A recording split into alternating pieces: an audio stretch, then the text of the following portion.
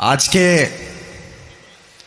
इस कार्यक्रम में मंच पर विराजमान राजनीतिक पृष्ठभूमि के सभी महारथी हैं। मुझे लगता है किसी एक का मैं नाम लूं, समय की सीमा है, समय सीमा में रहकर मुझे अपनी बात रखनी है। तो मंच पर विराजमान समस्त राजनीतिक जगत के महारथी, रथी, अतिरथी सबको प्रणाम। मेरे सामने विराजमान पोखरण और आसपास के अंचल से पधारे हुए बड़े बुजुर्गों, माताओं और मेरी उम्र के समकक्ष मेरे युवा साथियों, आप सभी को अरविंद सिंह अवाय का प्रणाम, नमस्कार।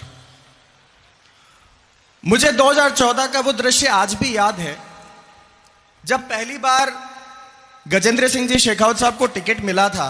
मैं उस वक्त हनुमंत राजपूत हॉस्टल में रहता था, तो मेरे पास व्हाट्सएप चूंकि उस वक्त नया नया आया था, चंद्रवीर सिंह जी देणुक सर का मैसेज आया था कि सुबह 10 बजे की शायद ट्रेन है, गजेंद्र सिंह जी जोधपुर आ रहे हैं। और मुझे आज भी याद है कि मैं 12वीं पास करके फर्स्ट ईयर में था, गजेंद्र सिंह जी जोधपुर पहुंचे थे, वही सफेद कुर्ता और नीचे जो खाकी पैंट होती थी आपकी उसमें, और गाड़ी थी ऑडी, उसमें बाहर निकले हुए।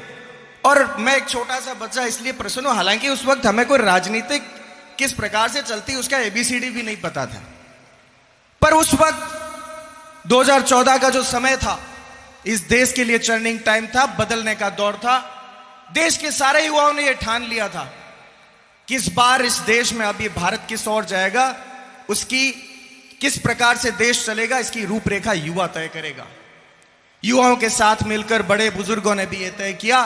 तो 2014 का जब लोकसभा का चुनाव हुआ, मैंने मेरा पहला वोट लोकसभा का गजेंद्र सिंह शेखावत को दिया।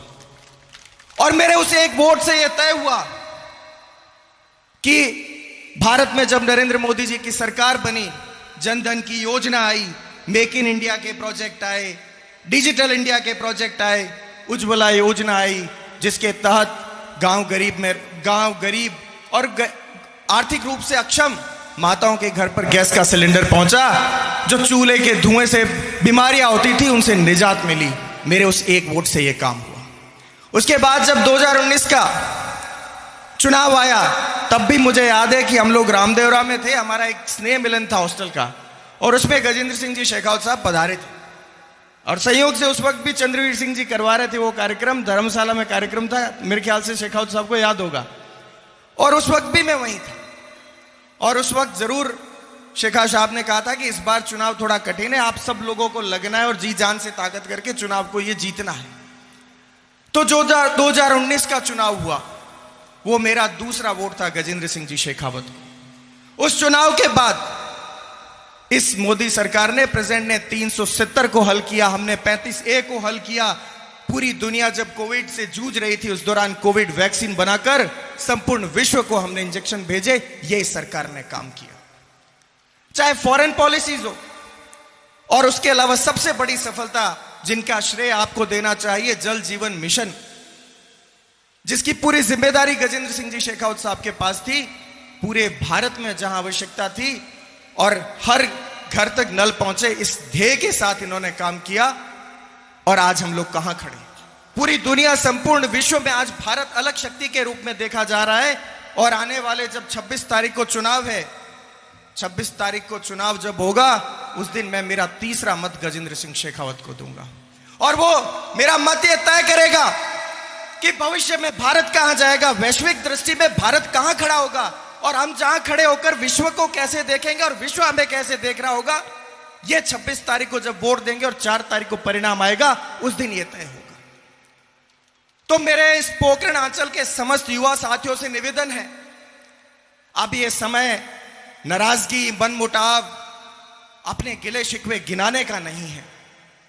अब ये समय एकजुट होकर कंधे से कंधा मिलाकर साथ चलने का समय है।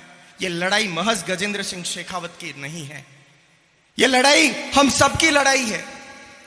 पहले जब मैं इस व्यवस्था में नहीं था, हालांकि, तो मेरी भी एक बहुत शिकायत हो सकती थी, परंतु जब आप राजनीतिक गलियारों में चले जाते हैं और आप इनकी व्यस्तता देखते हैं, तो आप भगवान को धन्यवाद करते हैं कि अच्छा हुआ मैं नेता नहीं हूं।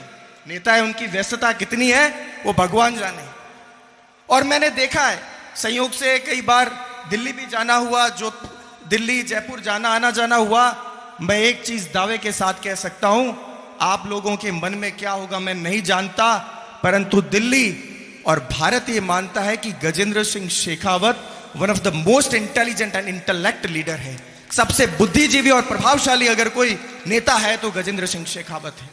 तो 26 तारीख को लगने वाले इस मेले में, जब रात को 26 तारीख को मतदान समाप्त हो जाए, उस रोज खुद के साथ ये सुकून होना चाहिए कि 26 तारीख तक हमने जी जान से मेहनत की।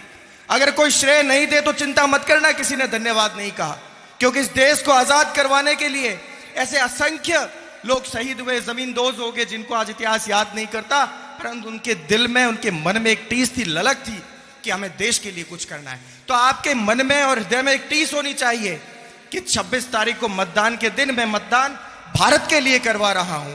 मैं मतदान मेरा भारत कहां जाएगा उसके लिए करवा रहा हूं। मैं आने वाले 5 साल मेरे भविष्य में किस प्रकार से निर्धारित होंगे, मैं उसके लिए मतदान करवा रहा हूं। ऐसी आप सभी से मैं अपेक्षा, आशा करता हूं। धन्यवाद। जय भारत।